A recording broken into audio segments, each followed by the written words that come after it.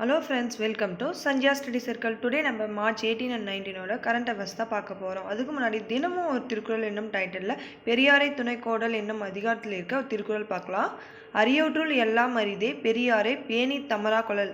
இதற்கான பொருள் கிடைத்திருக்கிற பேர்களில் எல்லாம் பெரும்பேறு பெரியாரை போற்றி துணையாக்கி கொள்ளுதல் ஆகும். நெக்ஸ்ட் டுடே ஹெட்லைன்ஸ் பார்க்கலாம். Kerala government petition in Supreme Court against CAA regulation. Agni Test 2024. India's first post office which has been functioning for 250 years. Arunachal Pradesh is an integral part of China. Next today first news பார்க்கலாம். CAA விதிமுறைக்கு எதிராக உச்சநீதிமன்றத்தில் கேரளா அரசு மனு தாக்கல் பண்ணியிருக்காங்க. அதை பற்றி பார்க்கலாம். பங்களாதேஷ், பாகிஸ்தான், ஆப்கானிஸ்தானில் இருக்க சிறுபான்மையினரான இந்து, சமணம், கிறிஸ்துவம், சீக்கியம், பௌத்தம், பார்சி மதங்களை சேர்ந்தவர்கள் 2014ஆம் ஆண்டு டிசம்பர் 31 முன்னாடி இந்தியாவுக்கு புலம்பெயர்ந்திருந்தால் அவர்கள் இந்திய குடியுரிமை வழங்க குடியுரிமை திருத்த சட்டம் வழிவகுக்கிறது. இந்த சட்டத்துக்கு கீழே குடியுரிமை பெற முடியாதவங்க யாருன்னா முஸ்லீம்ங்க அப்படின்னு சொல்லியிருக்காங்க. நெக்ஸ்ட் சிட்டிசன்ஷிப் பற்றி டீட்டெயில்ஸாக பார்க்கலாம். சிட்டிசன்ஷிப் எந்த பார்ட்டில் இருக்குன்னா பார்ட் 2 ஆர்டிகல் 5 to 11. இது எங்கேருந்து பாரோ பண்ணோம்னா இங்கிலாந்துலேருந்து. நம்மளுடைய citizenship single citizenship. First citizenship act 1955 போட்டாங்க. இந்த சிட்டிசன்ஷிப் ஆக்ட் 9 டைம்ஸ் அமெண்ட்மெண்ட் பண்ணி எனாக்ட் பண்ணியிருக்காங்க. அது எந்தெந்த வருஷம்னா 1955, 1957, 1960, 1985, 1986, 1992, 2003, 2005, 2015 and 2019. இந்த 2019 தான் 9th டைமாக அமெண்ட்மெண்ட் பண்ணியிருப்பாங்க. சிட்டிசன்ஷிப் ஆக்ட் 1955 படி நம்ம 5 டைப்ஸில் சிட்டிசன்ஷிப் கெயின் பண்ணலாம். அது என்னென்னு பார்க்கலாம். By birth, by descent, by registration, by naturalization, incorporation of territories. நம்ம சிட்டிசன்ஷிப்பை 3 டைப்ஸில் லாஸ் பண்ணலாம். அது என்னென்னா by renunciation, by termination, by deprivation. Article 5 என்ன சொல்லுதுன்னா சிட்டிசன்ஷிப் ஆன் Jan 26, 1950. ஒருத்தர் Jan 26, 1950 அதுக்கப்புறம் பிறந்திருந்தால் அவங்களுக்கு சிட்டிசன்ஷிப் வழங்கப்படும். அவங்களோட பேரண்ட்ஸ் யாருன்னா ஒருத்தர் இந்தியாவில் பிறந்திருந்தால் அவங்களுக்கு சிட்டிசன்ஷிப் வழங்கப்படும். அப்படி இல்லைன்னா வெளிநாட்டிலேருந்து இந்தியாவில் 5 years தங்கியிருந்தால் அதுக்கப்புறம் சிட்டிசன்ஷிப் வழங்கப்படும். ஆர்டிகல் 6 என்ன சொல்லுதுன்னா வெளிநாட்டிலேருந்து நம்ம இந்தியாவுக்கு வரவங்க 1 year அப்ளிகபிள். அதுக்குள்ளே அவங்களுக்கு பிடிச்சா இருக்கலாம், அப்படி இல்லைனா போயிடலாம். அது எக்ஸாம்பிள் எக்ஸ் பிரைம் மினிஸ்டர் மன்மோகன் சிங். இவங்க பாகிஸ்தான்லேருந்து இந்தியாவுக்கு வந்திருப்பாங்க. நெக்ஸ்ட் ஆர்டிகல் 7 பார்க்கலாம். இந்தியா டு பாகிஸ்தான், திருப்பி India 2 years applicable up to 1949. Article 8 person residing outside India but person of Indian origin. Next article 9 பார்க்கலாம். Article 9 renunciation, cancel the Indian citizenship. Next article 10 continues the right. Article 11 power of parliament to make rules. Next news பார்க்கலாம். அக்னி பரீட்சை 2024. இந்த இயரில் நடக்கிறது 18வது மக்களவை தேர்தல். இதில் மொத்தம் 543 தொகுதிகளில் நடைபெற இருக்குது. இந்த இயர் 96.8 கோடிக்கு அதிகமானவர் வாக்களிக்கும் தகுதியை பெற்றிருக்காங்க. 2019வது மக்கள் தொகை தேர்தலோட ஒப்பிடும்போது வாக்காளர் எண்ணிக்கை 8.1% அதிகரிச்சிருக்கு. உலகிலே மிக அதிக வாக்காளர் கலந்து கொள்ளும் ஜனநாயக தேர்தல் என்ற பெருமை இந்தியாவுக்கு மட்டுமே உள்ளது அப்படின்னு சொல்கிறாங்க. 2019 545 தொகுதி இருந்தது. அந்த 2 தொகுதி பிரசிடெண்ட் நியமிக்குவாங்க. அது ஆங்கிலோ இண்டியன்ஸ். அவங்கள 104வது கான்ஸ்டிடியூஷன் அமெண்ட்மெண்ட் ஆக்ட் 2019 படி கேன்சல் பண்ணிட்டாங்க. ஓட்டிங் ஏஜை 21லேருந்து 80 எப்போ சேஞ்ச் பண்ணாங்கன்னா 61 கான்ஸ்டிடியூஷனல் அமெண்ட்மெண்ட் ஆக்ட் 1988. நம்ம இந்தியாவில் ஃபஸ்ட் எலெக்ஷன் எப்போ நடந்திருக்குன்னா 1920 நடந்திருக்கோம். இண்டிபெண்டன்ஸ்க்கு அப்புறம் ஃபஸ்ட் எலெக்ஷன் 1952 நடந்திருக்கோம். அந்த எலெக்ஷனில் காங்கிரஸ் வின் பண்ணி ஜவஹர்லால் நேரு வந்து ஃபஸ்ட்டு பிஎம் ஆகிருப்பார். நெக்ஸ்ட் எலெக்ஷன் பற்றி பார்க்கலாம். எலெக்ஷன் வந்து பார்ட் 15ல் இருக்குது. ஆர்டிகல் வந்து 324லேருந்து 329 வரைக்கும் இருக்குது. ஆர்டிகல் 324 என்னன்னா எலெக்ஷன் கமிஷன். நம்மளுடைய எலெக்ஷன் கமிஷன் வந்து ஹெட் குவார்ட்டர் வந்து டெல்லியில் இருக்குது. ப்ரெசன்ட் எலெக்ஷன் கமிஷனர் யாருன்னா ராஜீவ்குமார். இதில் வந்து 1+2 இருக்காங்க. 1 ஹெட் 2 எலெக்ஷன் கமிஷனர். இது வந்து மல்டி மெம்பர் பாடி. எப்போ இருந்தால் 1993லிருந்து.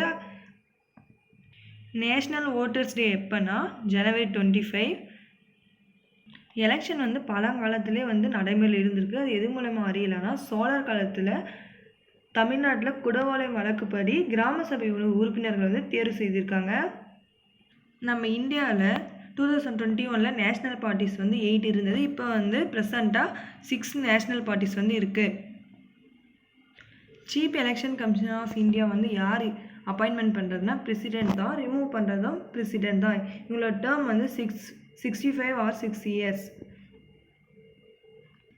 சீஃப் எலக்ட்ரல் ஆஃபீஸரை வந்து அப்பாயின்மெண்ட் பண்ணுறதும் பிரசிடெண்ட் தான், ரிமூவ் பண்ணுறதும் பிரசிடெண்ட் தான். அது ஸ்டேட் எலெக்ஷன் கமிஷனரை வந்து அப்பாயின்மெண்ட் பண்ணுறது வந்து கவர்னர், ரிமூவ் பண்ணுறது வந்து பிரசிடெண்ட். ஸ்டேட் எலெக்ஷன் கமிஷனர் வந்து ரீஅப்பாயின்மெண்ட் வந்து எலிஜிபிள். இவங்களோட டேர்ம் வந்து 2 years. இந்தியாவில் இண்டிபெண்டன்ஸ்க்கு அப்புறம் ஃபஸ்ட்டு தேர்தல் வந்து 25/10/1951 to 21/2/1952 வரைக்கும் நடந்திருக்கு. அதில் வந்து 14 அங்கீகரிக்கப்பட்ட கட்சிகள் வந்து இருந்திருக்கு. 489 தொகுதியில் வந்து 364 தொகுதி வந்து காங்கிரஸ் வெற்றி பெற்று ஃபஸ்ட்டு பிஎம்மாக நேரு ஆயிருக்காங்க. நோட்டா வந்து நம்ம இந்தியா வந்து 14வது கண்ட்ரியாக 2014 இன்ட்ரடியூஸ் பண்ணியிருக்கு. நோட்டாவோட ஃபுல் ஃபார்ம் வந்து நன் ஆஃப் த எபோவ்.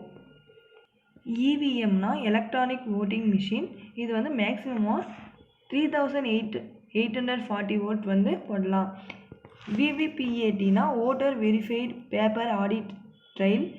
இது வந்து 2014 இன்ட்ரடியூஸ் பண்ணியிருக்கோம் நம்ம இந்தியாவில். நெக்ஸ்ட் நியூஸ் பார்க்கலாம்.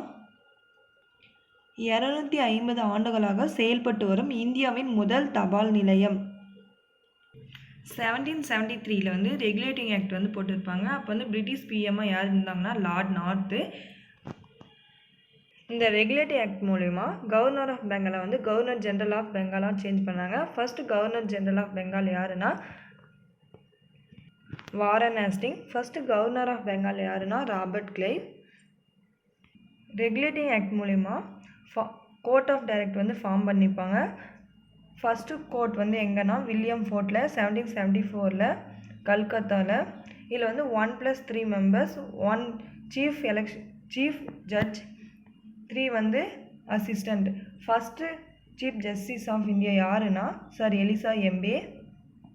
வில்லியம் ஃபோர்ட்டில் ஃபஸ்ட்டு சீஃப் ஜஸ்டிஸ் வந்து சார் எலிசா எம்பே. அதே வந்து நம்ம இந்தியாவில் first chief justice of India வந்து H Kania. Present chief justice of India வந்து சந்திரசூட். வில்லியம் ஃபோர்ட்டில் 1+3 மெம்பர்ஸ் இருந்தாங்க. இப்போ ப்ரெசண்ட்டாக வந்து 1+33 மெம்பர்ஸ் இருக்காங்க. ரெகுலேட்டிங் ஆக்ட் மூலிமா கவர்னர் ஆஃப் பெங்காலை வந்து கவர்னர் ஜெனரல் ஆஃப் பெங்கால்னு சேஞ்ச் பண்ணியிருப்பாங்க. அதுக்கடுத்தது அட்மினிஸ்ட்ரேட்டிவ் போர்டு போர்டை வந்து ஃபார்ம் பண்ணியிருப்பாங்க. இதில் வந்து 1+4 1 ஹெட் அண்ட் 4 அசிஸ்டண்ட். 1772 வந்து டிஸ்ட்ரிக்ட் கலெக்டர் போஸ்ட் வந்து இன்ட்ரடியூஸ் பண்ணியிருப்பாங்க. 1774 தான் first governor general of Bengal Warren Hastings வந்து கொல்கத்தாவில் ஃபஸ்ட்டு முதல் தபால் நிலையத்தை வந்து தொடங்கி வச்சுருப்பார். இது வந்து 250 ஆண்டு வந்து நிறைவு பெற்றிருக்கு அப்படின்னு சொல்லியிருக்காங்க. நாட்டிலேயே முதல் முறையாக தபால்கள் எவ்வாறு ரயில் பெட்டியிலையும் கப்பல்களிலும் கொண்டு செல்லப்பட்டது அப்படின்னு என்பது குறித்தும் 1911ஆம் ஆண்டு வந்து தபால்கள் எடுத்து சென்ற முதல் விமானம் குறித்தும் முப்பரிமாண வடிவத்தில் வந்து விளக்கப்பட்டு இருக்கு. வாரன் ஹேஸ்டிங் வந்து டூயல் சிஸ்டம் ஆஃப் அட்மினிஸ்ட்ரேஷனை வந்து அபாலிஷ் பண்ணியிருப்பார். இவர் தான் ஃபஸ்ட்டு தபால் நிலையத்தை வந்து கொல்கத்தாவில் வந்து ஸ்டார்ட் பண்ணியிருப்பார். நெக்ஸ்ட் நியூஸ் பார்க்கலாம். சீனாவின் ஒருங்கிணைந்த பகுதி அருணாச்சல். நம்ம இந்தியா கூட 7 கண்ட்ரிஸ் வந்து பார்டர் ஷேர் பண்ணுது. நார்த் வெஸ்ட்டில் வந்து பாகிஸ்தானும் ஆப்கானிஸ்தானும், நார்த் ஈஸ்டில் வந்து சைனா, நேபாள், பூட்டான். சவுத் ஈஸ்டில் வந்து பங்களாதேஷும் மியான்மரும். இதில் வந்து பங்களாதேஷ் வந்து அதிகமான கிலோமீட்டர்னா 4516 கிலோமீட்டர் வந்து ஷேர் பண்ணுது. அதே வந்து ஆப்கானிஸ்தான் வந்து கம்மியாக 106 கிலோமீட்டர் வந்து ஷேர் பண்ணுது. இந்த சைனா வந்து 4056 கிலோமீட்டர் வந்து ஷேர் பண்ணுது. இந்தியாவுக்கும் சைனாவுக்கும் இருக்க பார்டரோட நேம் வந்து மேக்மோக்கன் லைன். இமாலயஸ் வந்து அதிகமாக சைனாவில் இருக்கிறதுனால இது திபேத் இமயமலைன்னு அப்படின்னு சொல்லுவாங்க. அருணாச்சல பிரதேசில் இமாலயஸ் இருக்கிறதுனால திபேத் சைனாக்கார் வந்து அதற்கு வந்து ஷாங்கான் அப்படின்னு பெயர் வச்சுருக்காங்க. அதனால் அது சைனாவுக்கு சேர்ந்தது அப்படின்னு சொல்கிறாங்க.